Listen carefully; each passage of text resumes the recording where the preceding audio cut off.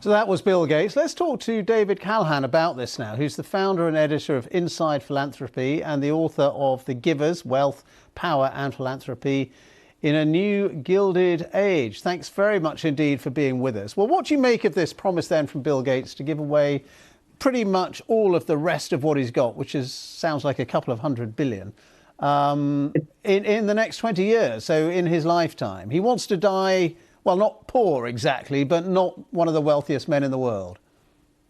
It's really big news. And I just want to underscore the last point about Elon Musk. I mean, here's a guy who's worth $400 billion, who engages in very little philanthropy, who seemingly has no empathy, and who has helped orchestrate cuts to foreign aid that will possibly kill millions of people. And the contrast with Bill Gates, a guy who spent the last 25 years focused on reducing preventable deaths around the world, is really striking.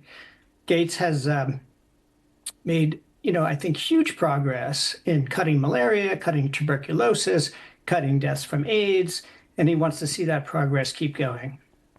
He is in the tradition, isn't he? I mean, obviously not all super wealthy people are philanthropists, but he's in the tradition of great American philanthropists who've been, giving money for, well, decades, centuries, actually. Yes, it's true. A lot of billionaires don't really give away any money at all. Musk being a great example of that. There's about 3,000 billionaires in the world. They're sitting on $16 trillion in wealth.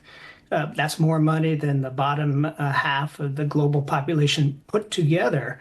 So if more of those people follow Bill Gates's example, there's really the potential to make a lot of change, particularly when it comes to saving lives in these very poor countries where people are often dying of preventable diseases. And that's what really moved Bill Gates. He became familiar with just how a small amount of money could have a huge impact in those countries.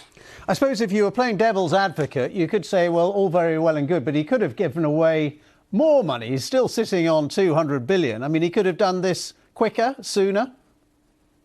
I wish he had, and many of us have called on him to do that over the years. In 2010, Bill Gates and Warren Buffett got together to roll out this giving pledge, which is a commitment by wealthy people to give away at least half of their wealth.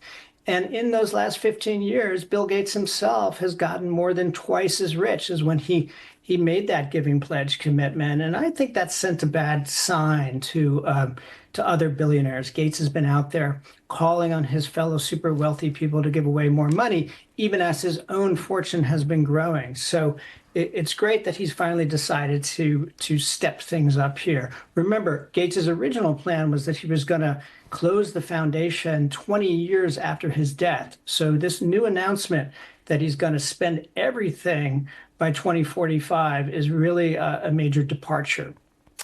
David, it's fascinating to talk to you. Thank you so much. David Callahan there, founder and editor of Inside Philanthropy. Thank you very much for being with us on BBC News. Good to be with you.